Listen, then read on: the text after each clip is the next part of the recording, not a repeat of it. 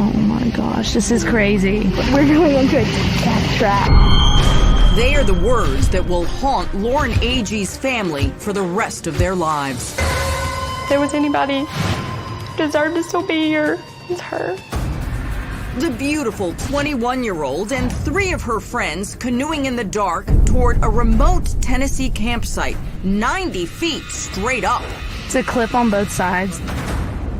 But Lauren will never make it back down alive. He said, I just want to tell you that your daughter didn't make it.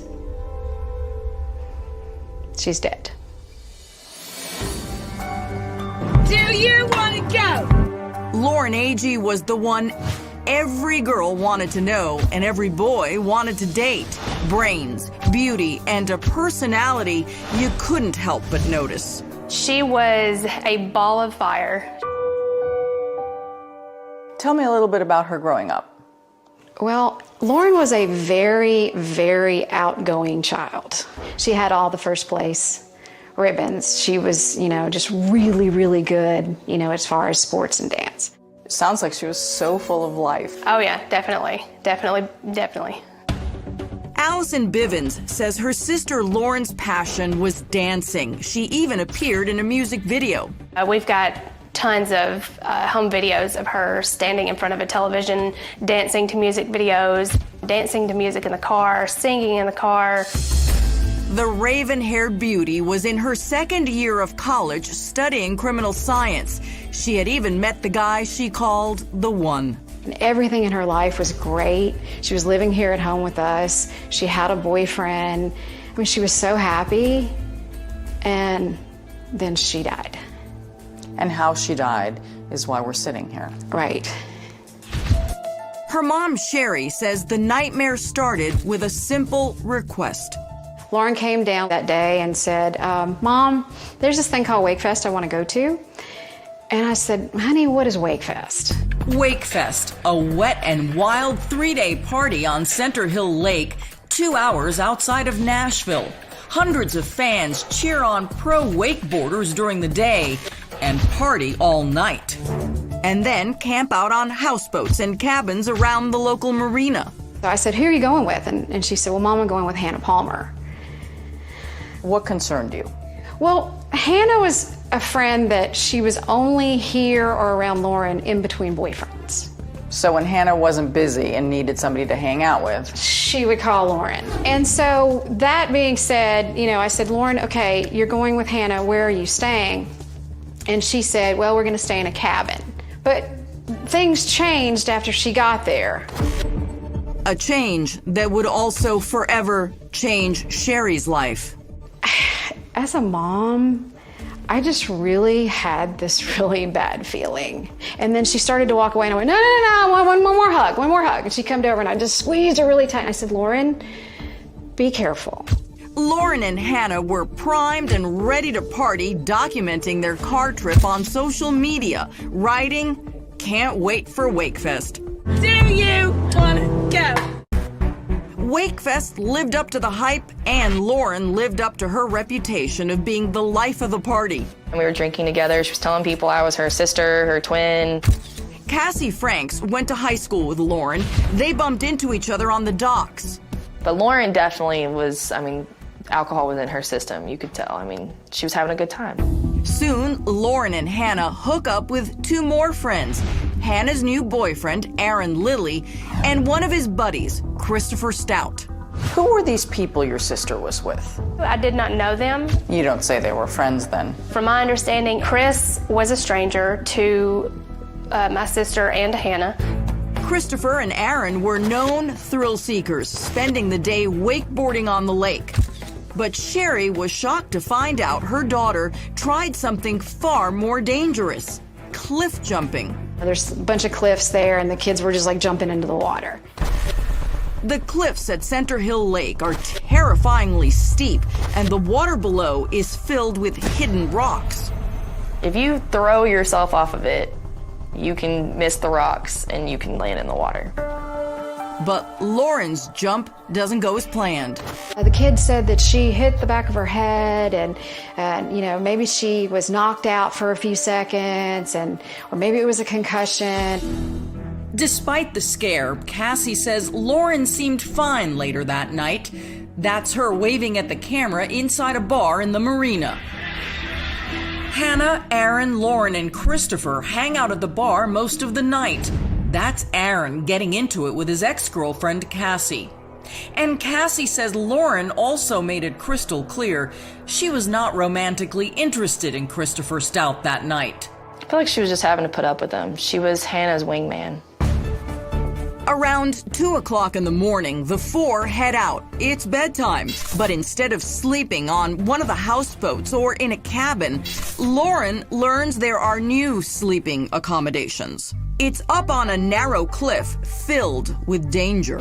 I could see that 100%, that she did not want to be up there on that cliff. And who can blame her? The cliff is a stomach-churning 90 feet above the lake on one side and a 45-foot drop down on the other. Lauren did ask if she could go with my group, but we didn't have any more room. That was the very last time I saw her. Cassie was scared for Lauren. She spent the night there a few years earlier. I never went back up there after I got down. And the most terrifying part? Where you sleep once you're up there, in a hammock called an emu, tied loosely between two trees, dangling right out over the water. And I remember saying that to myself, if this rope breaks, I'm gone. And the campsite bathroom? If you had to hold onto a tree and lean backwards, it was straight down. Once at the base of the camp, it's a brutal 90-foot trek straight up using a thin rope. This really is steep. I don't know how anyone could do this in the dark of night and do it drunk. I don't even know how someone can do this in the daylight and sober. Once at the clifftop campsite, there's more partying. Around 3 a.m., Aaron and Hannah head toward the only tent, while Christopher and Lauren bunk down together in the hammock. Do you find it weird that she would have jumped into a hammock with someone that she didn't know very well? I just don't think she would have stayed with him specifically if she knew who he was. This picture of Lauren and Christopher in the hammock is believed to be one of the last ever taken of Lauren. And that must really hurt your heart. Well, Lauren wouldn't have chosen to be with these. And sober. Once at the clifftop campsite, there's more partying. Around 3 a.m., Aaron and Hannah head toward the only tent, while Christopher and Lauren bunk down together in the hammock. Do you find it weird that she would have jumped into a hammock with someone that she didn't know very well? I just don't think she would have stayed with him specifically if she knew who he was. This picture of Lauren and Christopher in the hammock is believed to be one of the last ever taken of Lauren. And that must really hurt your heart. Well, Lauren wouldn't have chosen to be with these people. When the sun comes up in the morning, Lauren is gone, nowhere to be found. Lauren Agee has literally fallen off the face of the earth in the middle of the night. I immediately thought, there's no way that she, of all people, could go missing because she does not go unnoticed. The striking 21-year-old last seen sleeping in a hammock 90 feet above Center Hill Lake in Tennessee. Something happened up there. Lauren, her high school friend Hannah Palmer, Hannah's new boyfriend Aaron Lilly, and one of his buddies, Christopher Stout, had been partying all day at a popular wakeboarding competition. She was outgoing, bubbly, just full of life, like she didn't know a stranger. Chris Yarchuk, a police detective from a nearby county, was working security for the event and remembers chatting briefly with Lauren and her friends. And what did you think of the people she was with? They were quiet and reserved. They weren't nearly as outgoing as Lauren was. Yarchuk can't forget the nervous feeling he had watching Lauren and her friends canoe over to the cliffside campsite around 2:30 in the morning. I saw the four of them leave together. Hours later, Lauren's friends say she was gone. When do they say she disappeared? They said when they woke up Sunday morning, her shoes, her cell phone, and her stuff, basically, was under the hammock. Here's the baffling thing. There are only two ways to get down the cliffside camp. The first option is by rope, down a treacherous drop through a maze of trees, bushes, and, oh yeah, snakes. The second way down, even more dangerous. Hurling yourself off the other side of the cliff, hoping to hit the water 45 feet below, while missing the jagged rock buried beneath the surface. That they could have said, hey, our friend is missing. Can you help us look for her? They didn't do any of the things that normal friends would do. Instead, Hannah told authorities, oh, she must have went back to the bar. and that's why they never reported her missing. They just went on about the day and Wake Fest and everything. But 2 hours away in Nashville, Tennessee, Lauren's mom hasn't heard from her daughter, and she's a nervous wreck. At what point did you panic? Sunday morning, I started calling and calling and calling, and there's no answer. Sherry had no idea she'd never speak to Lauren again. Two fishermen find Lauren's body in a cove. When you got here, where was she? She was just ahead of us here, face down. Officer Yarchuk was first alerted by Dina and Harry Elder, who work at the marina. So only 4 people knew that there was a body back there. That's correct. But before Yarchuk can even get to Lauren's body, something bizarre happens. Aaron was in a canoe paddling over there, and he says to me that, that could be one of our friends over there. And I think it's odd because we haven't publicly announced anything about a person in the water. So if only 4 people knew that there was a body back there in the cove, how in the world did anybody else know that? I don't know how they knew that. I came around the corner in the pontoon that day and started right back in the cove, and before I even got halfway there, I could notice the bright pink color in the water. Lauren's body was out of Yarchuk's jurisdiction, but he has the feeling this could turn into a crime scene and instinctively makes mental notes. I noticed a bunch of trauma and blood in the back of her head on her left side and her shoulder area.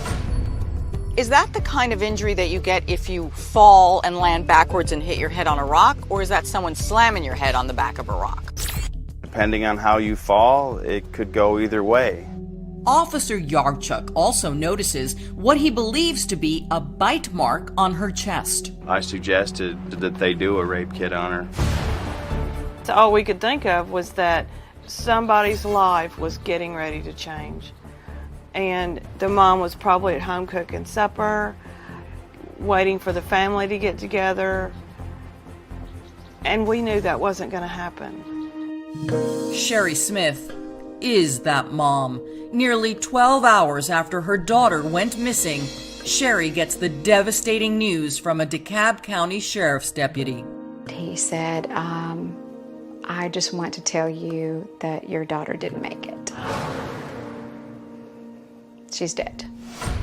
My gut told me, I said to him, first statement, where are the people she was with? And he stepped back and he looked at me and he said, we have them, we're questioning them. All 3 are briefly questioned, then released. They think she fell in the middle of the night and drowned into the water. The coroner finds Lauren's blood alcohol level to be twice the legal limit.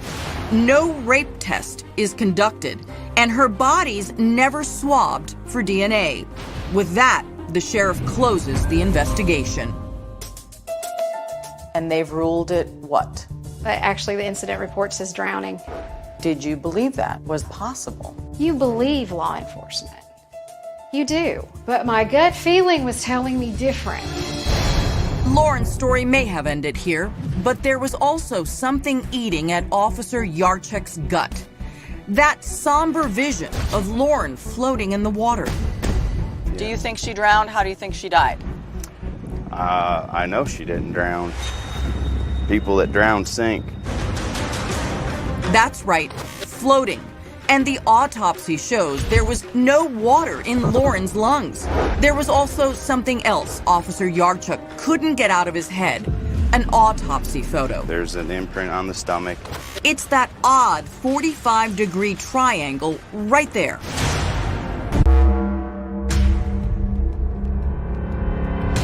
Lauren Agee fell 90 feet to her death. The medical reports show blunt force trauma and possibly drowning.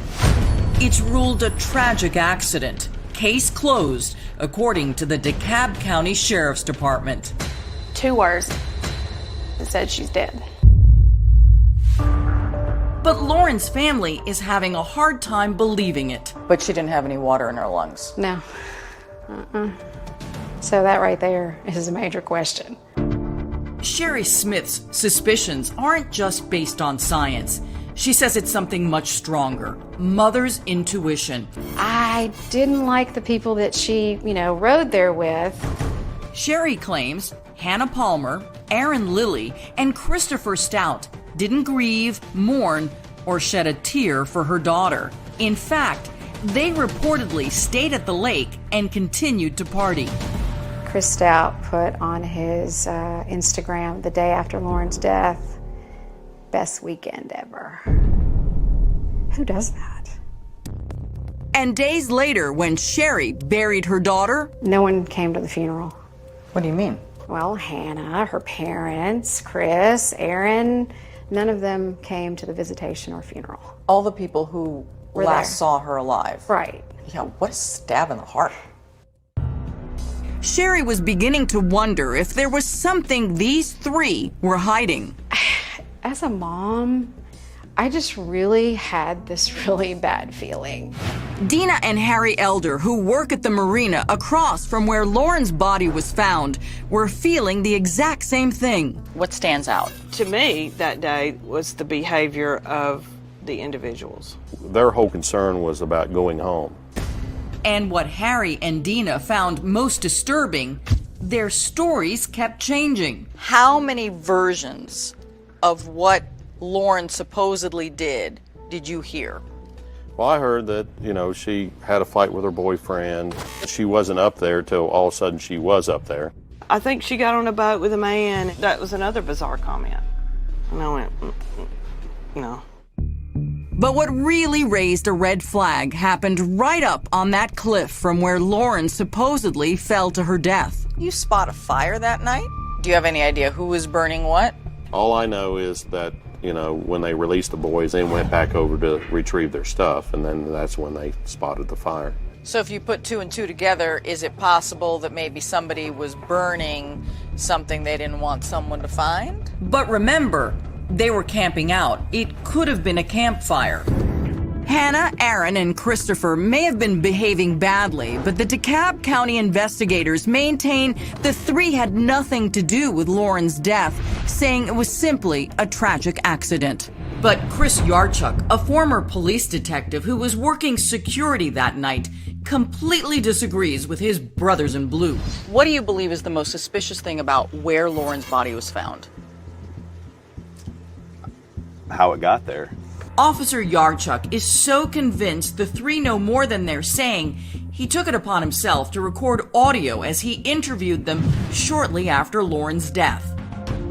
Aaron Lilly, who built the campsite, tells Yarchuk he thought Lauren went to meet an old boyfriend. I honestly wasn't really worried about it because I didn't think anything had happened.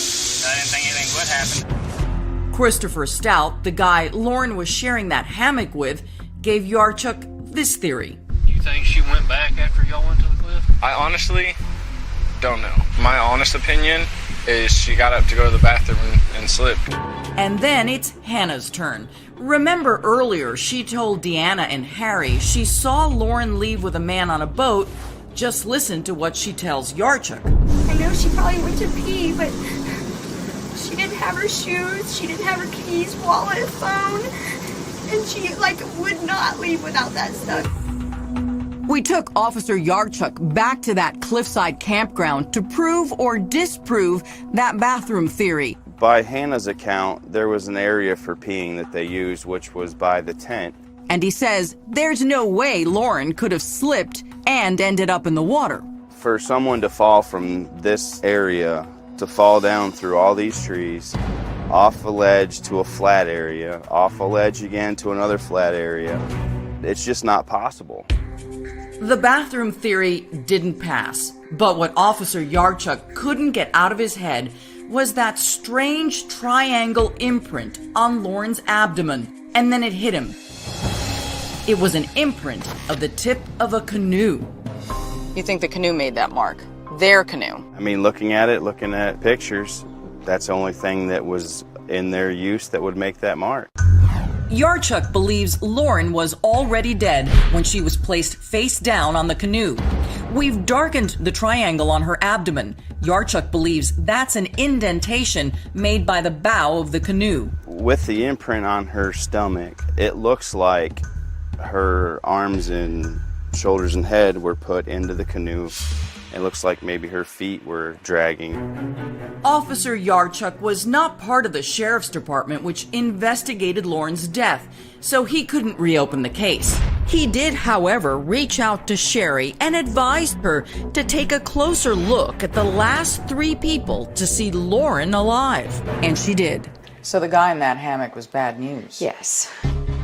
Christopher Stout is currently sitting in a Tennessee jail, reportedly for a 3rd DUI conviction. He has a rap sheet this long of numerous offenses. And Aaron Lilly has a history of DUI and domestic abuse. We got into a domestic dispute. He hit me multiple times. Cassie Franks is Aaron Lilly's ex-girlfriend. She also happened to be at Wakefest that weekend. Whether it was a drunken accident that someone, hurt her and they didn't mean to hurt her, but they hurt her. But I still don't think she fell off the cliff. And Cassie hits us with something we never saw coming. I found the pictures from when he hit me. Cassie says she's never shown the pictures before. The photos show her bruised and battered. She claims after Aaron beat her. Lily and Cassie were both charged with domestic assault, but the charges were dropped.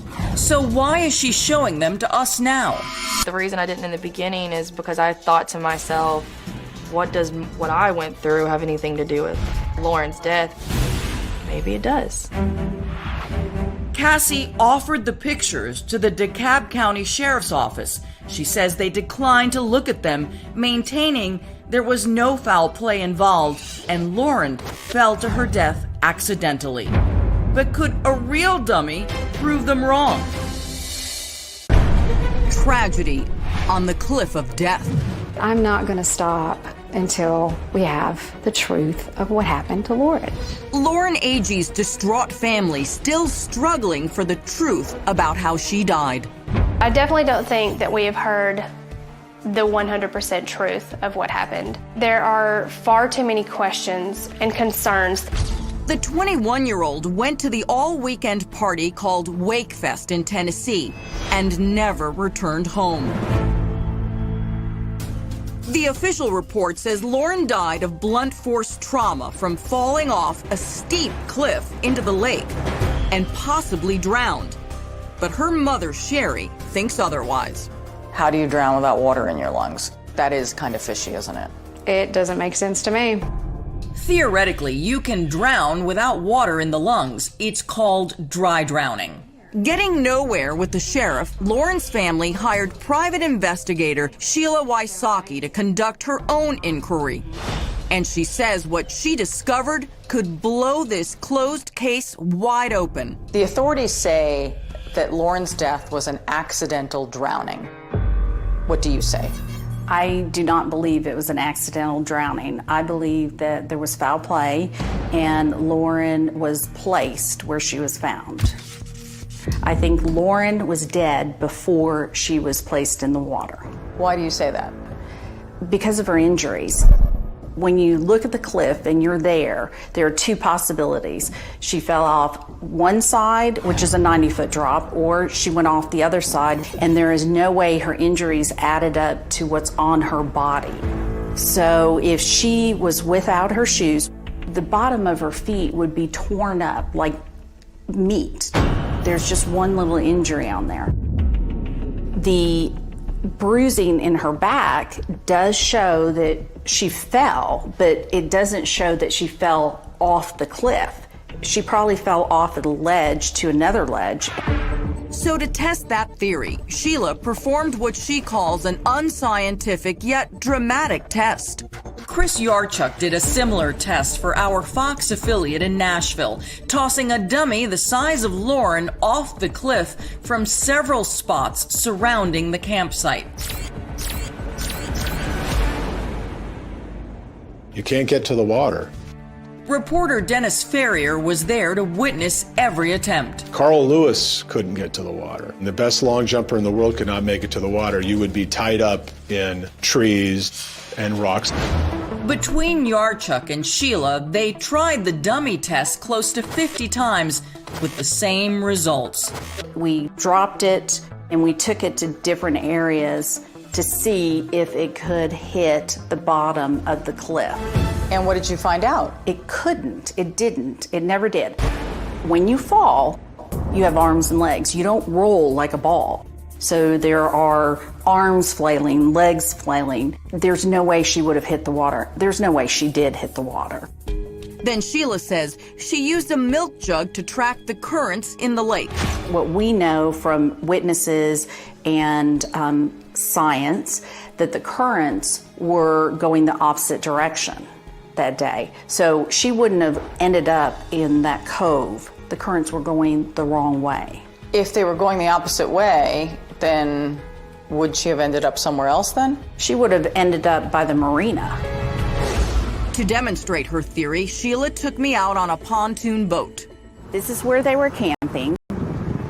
That cove over there, the furthest cove, is where she was found. From above, you can see the layout. Here's the campsite. This is the cove, 700 feet away, where Lauren's body was found, and the marina is on the other side of this sliver of land. Sheila says if Lauren fell into the water, the current would have pushed her away from the cove toward the marina. The current was being pulled this way because the dam and the water, so it was coming the opposite direction. And something else irks Sheila. The medical examiner never did a rape kit on Lauren. Is that unusual? I believe it was.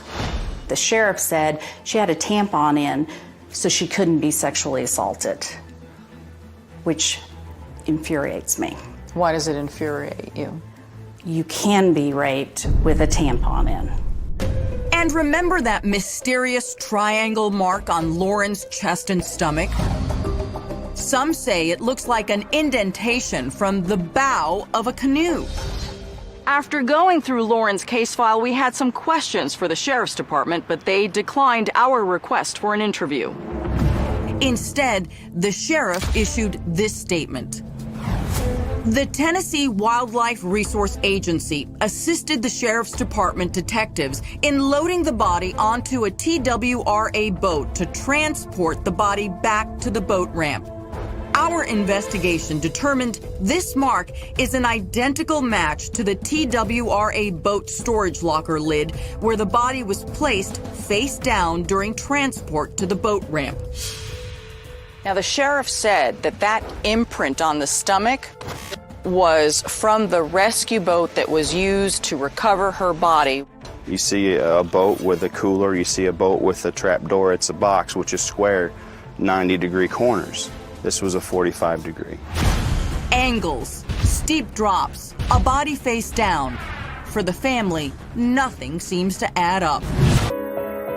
Lauren Agee's mysterious death at the lake is an open and shut case, at least to the sheriff in DeKalb County, Tennessee. But for Lauren's mother, Sherry, the case is still wide open. What has to happen in order to learn the truth? Somebody has got to come forward I think somebody has got to give more details of what happened that night. All I have is 2 little itty-bitty paragraphs on a police report. To dig out those details, the family hired private investigator Sheila Wysocki. What was it about this case that made you want to take it? I looked it over and things didn't add up. Who do you blame for her death? I'm not sure exactly who, but I believe that somebody up there hurt her. The autopsy report says Lauren died from blunt force trauma after a fall off a cliff. That's where she and some friends built a campsite in the sky. But Sheila says she believes Lauren's death is no accident. I believe something was happening to Lauren, and she was either trying to get away or fighting. And that's where her head was hit, blunt force trauma, and I believe that's how she actually died. Do you think that she hit her head as she was falling, or someone hit her in the back of the head? I believe she went backwards, trying to get away, hit her head, and fell down the ledge. She has bruising on her thighs. Her nose was broken. So there are a lot of injuries that absolutely don't add up to a fall off a cliff into the water. She's got broken fingers, which would be consistent with a fall, but it's also consistent with somebody fighting. What's the significance of bruising on the thighs? The significance to me of the bruising on the thighs initially was someone putting their knees on a person holding them down. Was there anything else on her body or anything else that suggested the possibility of a struggle? Yes. She was hemorrhaging in her throat. Now, that doesn't mean she was strangled because, her eyes weren't bloodshot. So, but there is hemorrhaging that wasn't listed on the autopsy. Well, how'd you find it if it wasn't listed? Because it's in the pictures. If that's true, then who could have done it?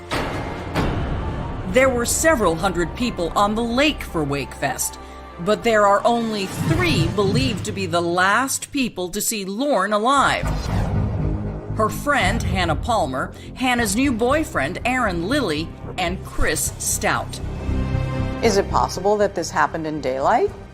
We don't know who's telling the truth, so we can't really know where Lauren really was last seen alive. We know who's not telling the truth because the stories are changing. You think they're lying? I do. And that's why Sherry filed a wrongful death suit against the 3 in an effort to force them to talk. But there's just one big problem. And when we filed the wrongful death lawsuit, and we have a list of questions, they all pled the 5th. Okay, come on. No. I mean, you plead the 5th. You plead the 5th because you are afraid of incriminating yourself. It's not a hard question. Did you physically touch or harm Lauren? And according to the PI, someone did make some strange postings on social media about Lauren's death. A lot of people have been posting comments that are not very nice and quite ugly, and some people have been posting false information. The information is also coming from an IP address in Florida on the same street as Hannah and Aaron. Coincidence? I don't think so.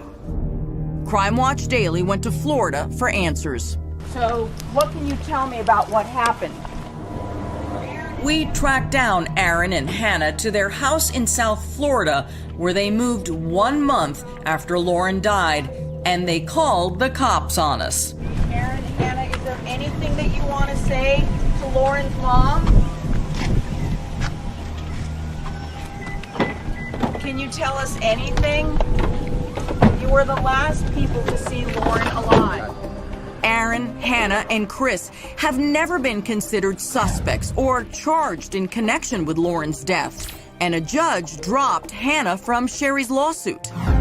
Lauren's family is appealing that decision, but Aaron and Chris are fighting the lawsuit, which is still in litigation. Depositions are scheduled for the first of the year. And now this mom is left in the dark about her daughter's death. Her key question still unanswered. What really happened up on that cliff? I'm her voice, okay? As her mother, I have to be her voice. And I have to pursue the truth because I owe that to her, right? I'm all she had. And she would expect nothing less from me. Lauren's death has been absolutely devastating to our family. She died 4.5 years ago. It's like she died yesterday.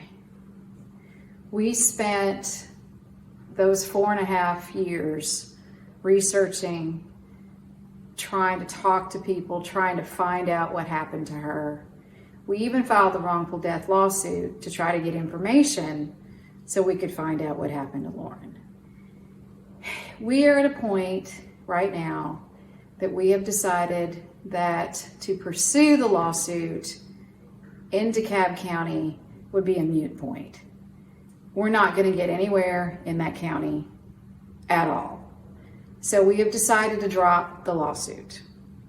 We feel that our efforts can be used to fight for Lauren's Law. Well, we got to call it something else. I'm sorry, Lauren's Law is already taken. But I think our time is better used helping other families and making sure that this doesn't happen again.